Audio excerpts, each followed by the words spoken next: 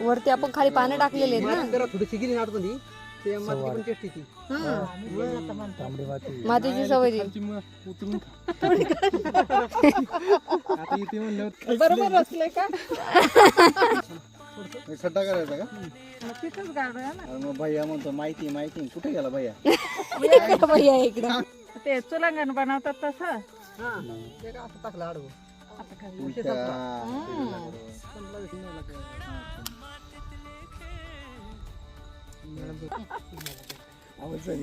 मध्ये काय काय टाकले त्याच्या? सरप्राईज आहे का? ओके, आपण गेस करू शकतो खाताना. शेंग असते कसली तरी आणि चिकन पण. हा चिकन काय वा वाचता येते विशेष बघा ना